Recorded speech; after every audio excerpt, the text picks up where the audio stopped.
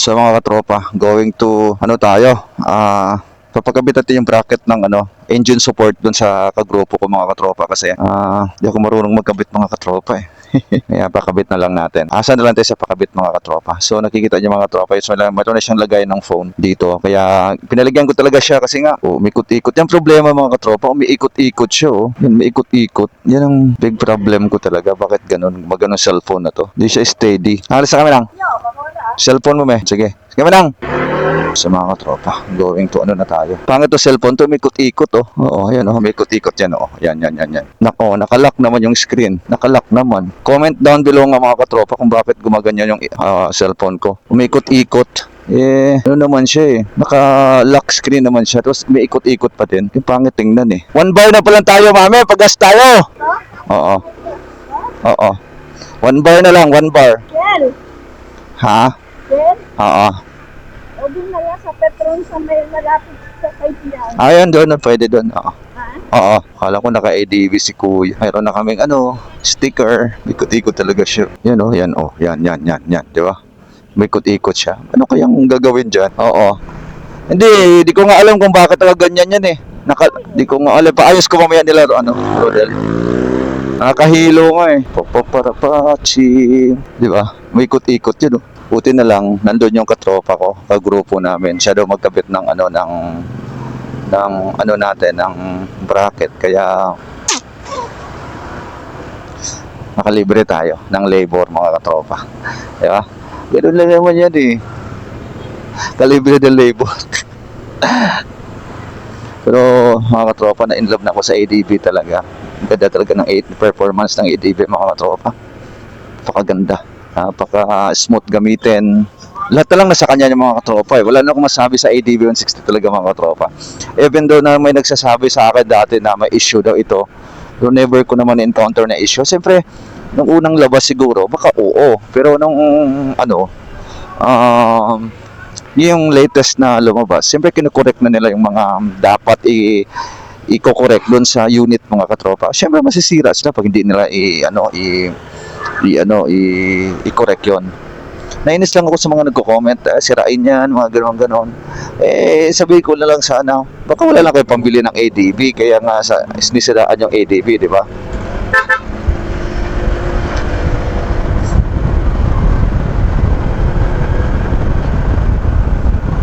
Sarap. Gusto ko sa ADB. Gumagana ang ABS oh.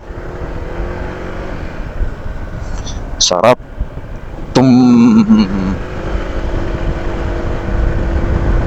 Wow, amazing. Narinig yung busina ko mga katropa. Parang busina ng truck, di ba?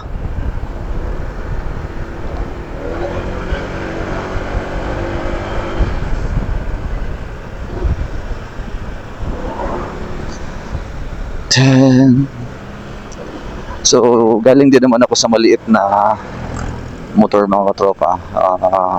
Naka-Honda Click din ako dati. Naka-Honda Click din ako. Kaso nga lang, parang naliliitan ako sa Honda Click mga katropa. Pero grabe, ang Honda Click mga katropa, napakatipid. Sobrang tipid. Oo. Pag ginamit ng mga katropa, naku, yung full tank mo, 1 linggo siguro. 1 linggo siguro kahit araw-araw mong gamitin. Ganun katipid. Ito din naman yung ADB 160 na to. Matipid din siya mga katropa.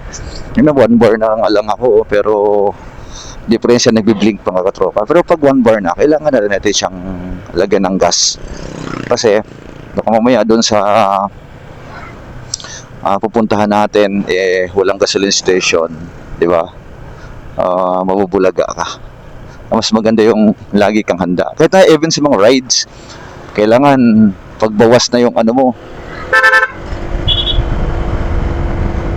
kailangan pagbawas na yung gas mo, kailangan mo ring talaga kaagad magpakarga para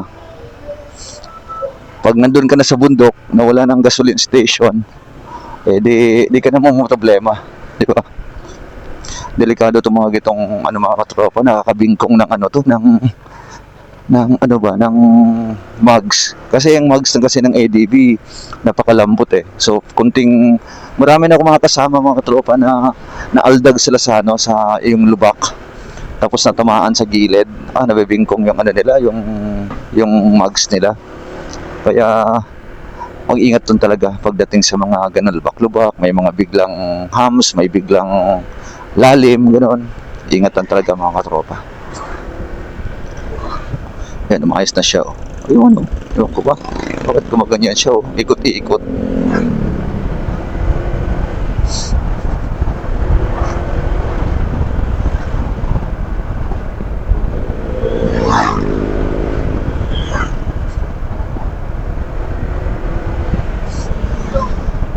At saka yung ano pala mga katropa, yung ingatan din natin yung makina niya kasi nakausli. Yung makina niya sa ilalim, nakausli siyang ganon. Kaya pag may bato na nakausli, pug, maaari siyang mabubutas. Kaya ngayon, yun ang ano ko ngayon, yun ang ipapakabit ko ngayon mga katropa, yung ano na yun, yung support na yun. Kasi pag wala yun, delikado talaga. Baho, amoy clutch.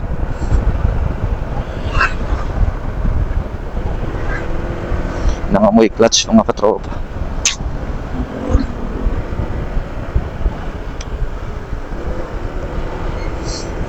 So nandito na tayo sa San Jose del Monte, Poblacion 1. Kasi ang puntahan natin ngayon mga katropa, North Sagaray pa. So nandun yung ano namin, head marshal namin sa ADB 160 dito sa may Bulacan. Bulacan chapter siya yung head marshal namin, kaya dadayuhin natin siya ngayon mga katropa. And may kainan din siya, masarap yung papaitan niya. Sana may maabutan tayong papaitan mga katropa. Sarap yung papaitan ni Head Marshal Head Marshal pa siya, TL pala siya, team leader namin mga katropa.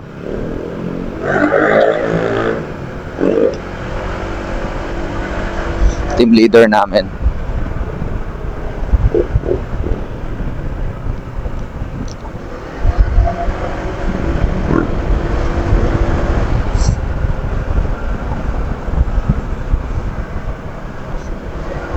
Taas nito, anong motor to? Napakataas oh. Ito sa liit ng gulong. Sniper. Raider.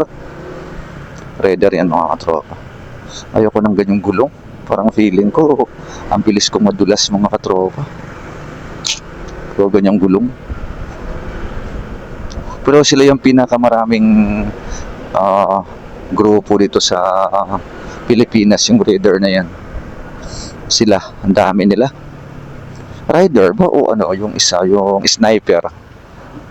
Sniper yata. Raider. Raider yan, yung Raider sniper, iba yung sniper eh. Rider nga. Sila yung pinakamarami. Aking mga kasama mga kaya, maraming salamat Dr. Dan, Anilas, Mr. Emmy, and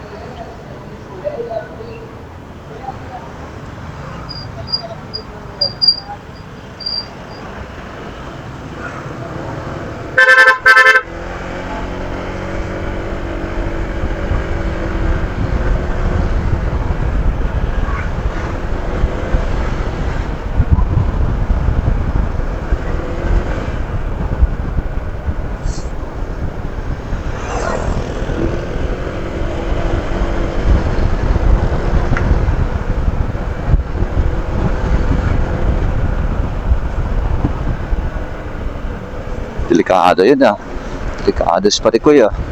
Biglang sumulpot ah. Blind spot pa yun. Bawal yun parikoy. Na bigla-bigla ka sumulpot sa mga ganong area kasi makasalubong mo, mabibilis din. Biglang mabubulaga sa'yo. Sino may kasalanan? Eh di siya.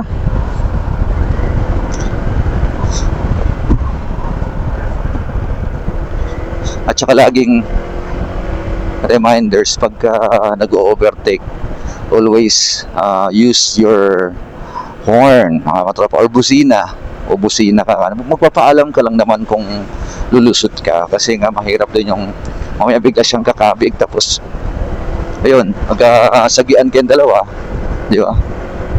Siyempre talo ka, dalawa lang gulong mo eh, di ba?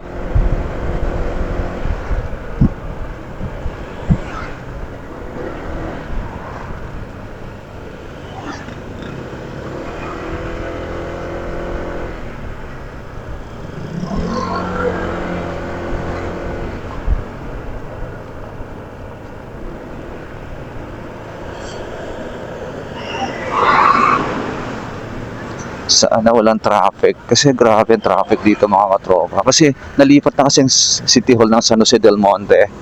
So nung nalipat na siya, o nagkakaroon na siya ng traffic. Tapos meron pa dong pasyalan mga katropa na Esplanade na tourist attraction din dito sa San Jose del Monte. Dinadayo din siya. Kaya yun, nag-start doon mga katropa. Nagka-traffic na.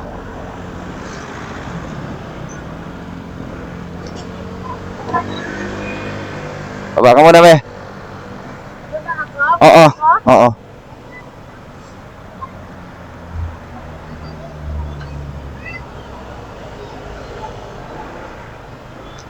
Unleaded. So, pakaragalan tayo mga katropa. Sir, 200 unleaded. Binayad ko sa dun sa yung sa bracket. 100. Sir, thank you. Binayad ko sa bracket. Thank you.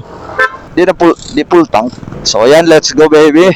Papunta na tayo ng North Sagaray mga katropa. At least nakapagpagas na tayo ng 200 pesos. Ngayon ito katipid ang motor mga katropa. Sa lagang 200 pesos, ang dami mo na mapuntahan. Kotse, sa halagang 200 pesos, di ka na makabalik. Di ba? Ganun lang ka simple ang pagmumotor mga katropa. Yung yung tipid, tapos less hassle, pero ingat lang talaga mga tropa pag nagmumotor ka, di ba? Kasi nga, syempre, marami din talagang, hindi naman lahat nating mga ka-riders na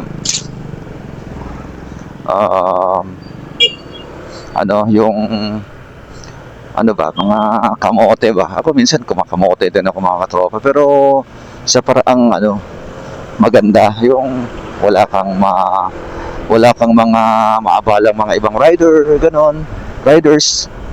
Yun, doon ako nangangamote, yung mga free yung daan, yung talagang konti lang dumadaan, yun, medyo nangangamote tayo ng mga katropa. Di maiwasan, lalo na pag nagmamadali ka mga katropa. Pero once pag nangangamote ka, doble ingat ka mga katropa, kasi pasingit-singit ka, kahit saan ka lumulusot, di ba? Lusot kanan, lusot sa kaliwa, kung saan yung may bakante, doon ka dumadaan, di ba?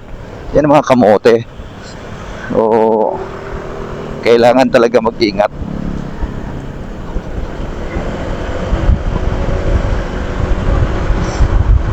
Wow. Lapad na ng kalsada dito. Dati 2 lanes, as in 2 lanes na talaga yung wala pa yung mga ganyan sa gilid. Ito lang talaga. Ngayon, lapad na mga katropa. Develop na din ang San Jose del Monte, no? Sa pagdating doon sa unahan, North Sagaray na yun mga katropa. Tigbe, North Sagaray.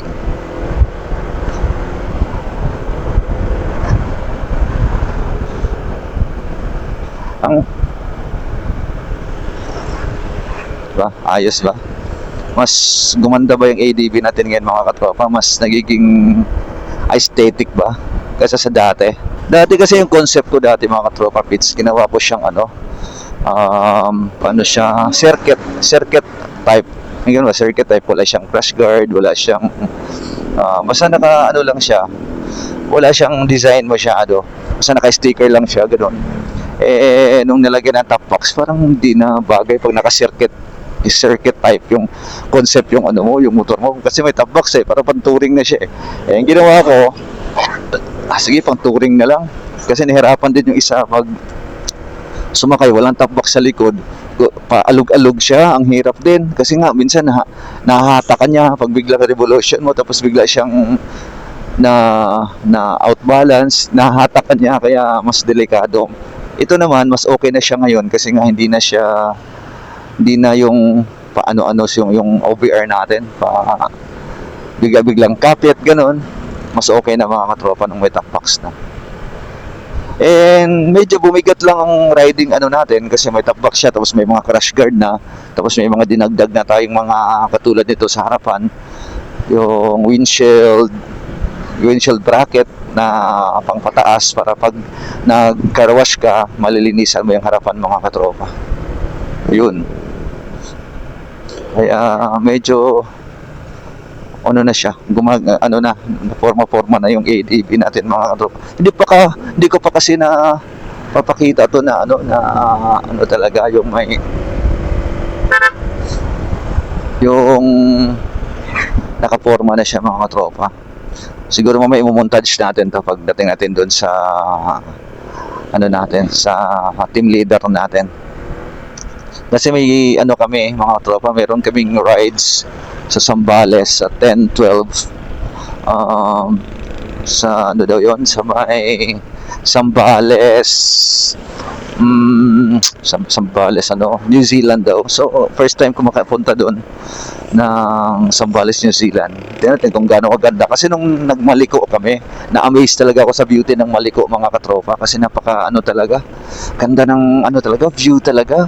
Ma-amaze ka talaga, napakalamig pa. Tapos, alam mo ba yung nagpa-fog doon mga katropa sa Maliko? Tapos, yung fog niya, may ano, ambon-ambon na ano, hindi siya umuulan ha, pero mayroon siyang kunting ambon na ano, na dahil doon sa fog. Tapos bukod pa doon mga tropa, grabe, sobrang lamig. Sobrang lamig niya.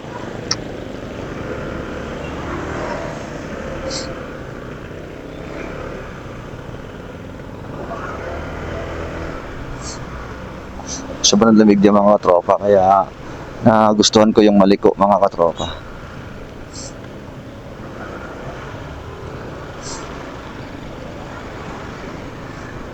Kaya nagustuhan ko yung Maliko mga katropa kasi nga ang lamig ba dyan. Tapos bukod pa doon mga katropa, very stunning view yung lugar talaga. Hindi ko pa lang kasi na ano, na edit lahat kasi nga busy din tayo sa work mga katropa. Siyempre meron din tayong pinagkabalahang trabaho, business, may business din tayo mga katropa. Kaya sayang siguro mga katropa kung tinuloy-tuloy kang pag-vlog ko, ang dami ko na sigurong subscribers. Isang problema lang, pinasingit-singit ko lang kasi mga katropa. Priority ko para yung business ko, then yung trabaho, gano'n. Minsan nga naisip ko, mag-ano na lang kaya ako, no? Full time ko na lang kayo yung pag-vlog ko. Kasi sa pag-vlog mga katropa, walang hassle, wala kang inuupahang ano, pwesto, wala kang kuryenteng binabayaran. Kaya naisip ko din mga katropa na magpo-full time na kaya ako sa pag-vlog, ganun ba, di ba? Kasi wala kang no, less hassle yung lang kalaban mo doon, ang kalaban mo lang doon sa pag-vlog, yung tinatamad ka, ayaw ka muna gumawa ng video, wala kang kita. Syempre, per upload yung video mo yung mga katropa. Per upload siya, kada upload, may kita ka doon, lalo na pag maraming nanonood, may revenue ka doon, di ba? So, saan na ba tayo? Dito na tayo. Dito na tayo sa Norsagaray na to. Welcome, Tigbe, Norsagaray. Norsagaray na tayo mga katropa. Buti na lang talaga walang traffic kasi nagpapatagal talaga sa biyahe. Oo, nagpapatagal talaga sa biyahe mga katropa, yung traffic talaga. Yo. Nakapagsimba naman na tayo kanina, kaya may gabay ni si Papa Jesus sa atin. Tumutunog ah.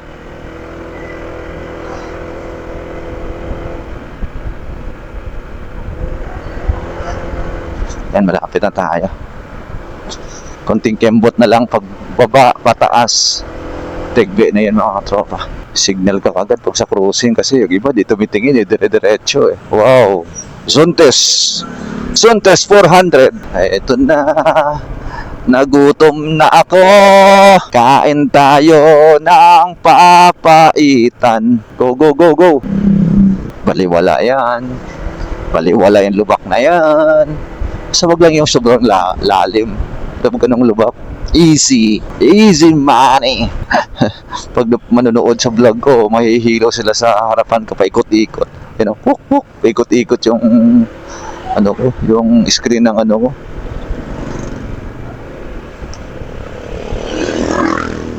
Easy money. Lapit na tayo. Si MJ ah. Si MJ.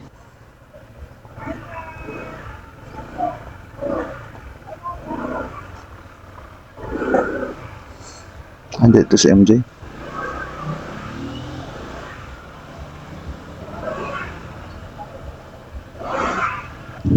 Tayo mga hito. Let's go. Dito na tayo.